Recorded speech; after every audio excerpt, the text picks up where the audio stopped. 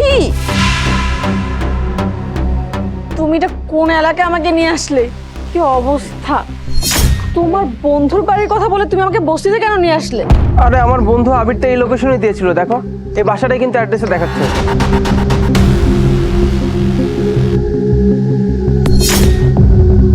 আরে বন্ধু, তুই এনে কি করতেছিস?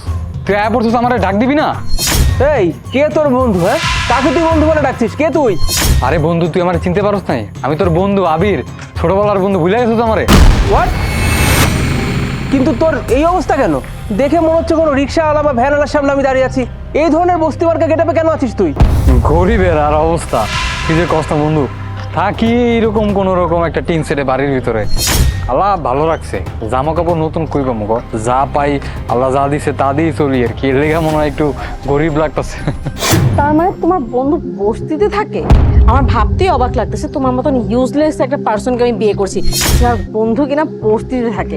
তুমি এইসব মানুষের সাথে উঠা বসা করো? ছি। আর তুমি তো আমাকে শুধু শুধু ভুল ভাবছো। আমি নিজেও তো জানতাম না যে ও একটা গরিব। আমরা একসঙ্গে মাস্টার্স পরীক্ষা দিয়েছিলাম, আর তারপরে যখন আমাকে ইনভাইটেশন পাঠিয়েছিল ভেবেছিলাম ওর ফাইন্যান্সিয়াল অবস্থা বোধহয় আমার মতো হবে, কিন্তু এখন তো দেখছি ও পুরোটাই গরিব। আমি যদি আগে জানতাম যে ওদের অবস্থা এতটা গরিব, তাহলে তুমিই বলো আমি কোনোদিনও তোমাকে এখানে নিয়ে আসতাম? এখানে দাঁড়াতে আমার কেমন ঘৃণা লাগছে। চলো। আরে ভাইয়া দাঁড়ান, আপনারা কই যাইতেছেন এইভাবে? সকাল থেকে আপনাকে লেগে রান্না বান্না করতেছি, অনেক কষ্ট করছি, একটু খাইয়া যান।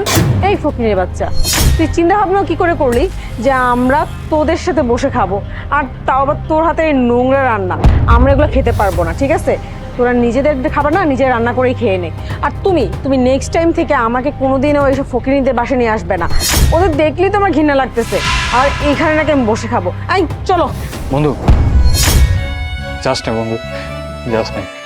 তুই যদি চলে যাস আমার বউরা কষ্ট পাবো, আমিও কষ্ট পাবো। আমার বউরা সারাদিন তো গোলে কষ্ট করে রান্না বান্না করছে, এখন তোরা যদি না খায় চলে যাস আমার বউরা মনে অনেক কষ্ট পাবে বন্ধু। আমার লেগে না হোক, আমার বউটার কথা চিন্তা করে বন্ধু থাইকা যায়, একটু খাবার খায়া যাবো। আচ্ছা, কি সমস্যা তোর? তুই আমার হাত ধরলি কোন সাহসে? আর ভালো কথা, তুই কাকে বন্ধু বলে ডাকছিস? তোর কোনো যোগ্যতা আছে আমার বন্ধু হওয়ার? তুই আমাকে তাকিয়ে দেখ, আমার গেট আপ দেখ আর তোর গেট আপ দেখ। আরে তুই যে এভাবে আমাকে বন্ধু বলে ডাকছিস, আমার অন্যান্য বন্ধু বান্ধব যদি জানতে পারে যে তুই এতটা গরিব, তাদের কাছে আমার মান সম্মান কোথায় থাকবে বলতো? শোন, আজকের পর থেকে ভুলে যাবি যে তোর লাইফে আমি বলে কোনো বন্ধু ছিলাম। আর হ্যাঁ, আজকের পরে তোর সঙ্গে যদি আমার দেখা হয় না, ভাই বলে রাখবি, ভাই। খবরদার আমার নাম ধরে রাখবি না, কারণ আমি জানি না তোর জন্য আমার মান সম্মান নষ্ট হোক। যা এখান থেকে। বাহ বাহ রে বন্ধু বাহ। আমি তো সবসময় তোরে আমার বন্ধু না, আমার আপন ভাই ভাবতাম। হয়তো আমার টাকা পয়সা কম, কিন্তু মনটা কখনো আল্লাহ ছোট দেয় না। অর্থের কারণে হয়তো থাকি টিনসেট বাড়িতে, কিন্তু মন কিন্তু ছোট না। যতটুকু পারছি ধার দেনা কইরা তো গলেগা বাজার করছি। তোরা আমি আপন ভাই ভাবলো, তুই আমার বন্ধু অবস্থায় রে। যা, তোর মতো বড়লোক মানুষ রে, বড়লোক সাহেব রে কখনো আমি আর বন্ধু করে ডাকবো না। যা যা যা। এই, এদের নাটক অনেক হয়েছে, এখন আর দেখতে ইচ্ছা করতেছে না। চলো এখান থেকে।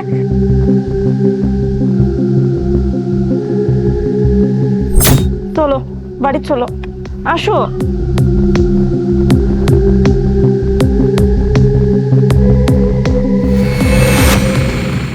কি ব্যাপার? এসআর কোম্পানির মালিক এখনো আসছেন না কেন? আরে রাস্তায় মনে জ্যামে পড়েছে, এসে পড়বে সময় মতোই। আর বড়লোক মানুষ একটু তো লেট করেই যা। ওই যে চলে আসছে।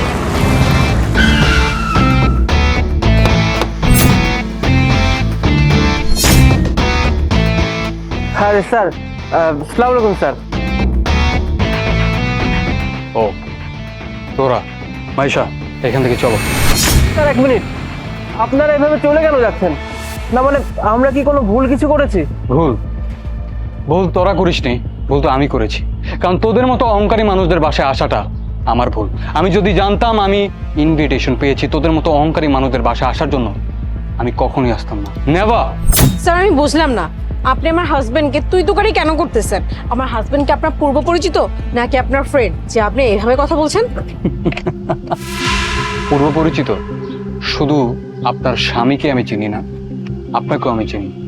আমি হচ্ছি আপনার স্বামীর সেই গরিব বন্ধু আবির, যে আজকে এত কোটিপতি, এত টাকা পয়সা, বাড়ি গাড়ির মালিক। ওকে হয়তো চিনতে পারেননি, ও হচ্ছে আমার বউ। বন্ধু, তোর এতটা উন্নতি, তুই তো ফকির ছিলি, ফকির থেকে এত বড় বিজনেসম্যান কিভাবে? সবকিছু সম্ভব সৃষ্টিকর্তার রহমত আর নিজের চেষ্টা থাকলে। আমি নিজের চেষ্টা আর সৃষ্টিকর্তার রহমতে আজকে এই জায়গায় এসেছি। যাকে তোরা একসময় গরিব বলে তার উপরে হাসি ঠাট্টা করেছিলি, যাকে অবহেলা করেছিলি, অপমান করেছিলি, কিন্তু তোদের সেই অপমানে আমি লজ্জিত হইনি, বরঞ্চ আমি নিজের উপর কাজ করেছি, পরিশ্রম করেছি। তোদের অপমানের কারণে আমার মনের মধ্যে একটা আগুন জ্বলেছে সাকসেসফুল হওয়ার জন্য, সাফল্যতা অর্জন করার জন্য। আর আজকে দেখ আমার অবস্থান। আজকে নিজের পরিশ্রমে আমি এত বড়লোক হয়েছি, এত টাকা পয়সার মালিক হয়েছি, এত দামি গাড়িতে ঘুরছি। সবকিছু তোদের করা সে অপমানের ফল। আর একটা কথা সবসময় মনে রাখবি, গরিব হয় মানুষ ভাগ্যের কারণে, আর বড়লোক হয়, কোটিপতি হয় নিজের পরিশ্রমে। সুতরাং কোনো গরিব মানুষকে তার অর্থের জন্য ছোট করবি না, কারণ সৃষ্টিকর্তার সময় কখন মানুষের জায়গা পরিবর্তন করতে পারে কেউ জানে না। কথাটা মনে রাখিস। চলো। প্লিজ প্লিজ স্যার, একটু আমাদের কথাটা শুনেন। আমরা পাস্টে একটা মিস্টেক করে ফেলেছি, তার জন্য আমরা আপনাদের কাছে ক্ষমা চাচ্ছি। আর এখন তো আমরা নিজেদের ভুলটা বুঝতে পেরেছি, তাই না স্যার? প্লিজ আপনারা আমাদের ক্ষমা করে দিন, আর আমাদের ডিলটা প্লিজ ক্যান্সেল করবেন না। যদি আপনারা আমাদের ডিলটা ক্যান্সেল করে দেন, আমরা অনেক বড় একটা লসের সম্মুখীন হব। Please sir. আর ভাবি, আমি তো বলেছিলাম আপনাকে আমি নিজ হাতে রান্না করে খাবো নেই। চলুন না আমার বাসায় চলুন, আমরা ওইখানে লাঞ্চ করি আর বাকি কথাবার্তা বলি। চলুন। আপনি হাসালেন আমাকে। আপনার মতো অহংকারী মেয়ের হাতের রান্না আমরা খাবো সেটা আপনি ভাবলেন কি করে? কখনো না। আবির, চলো এখান থেকে।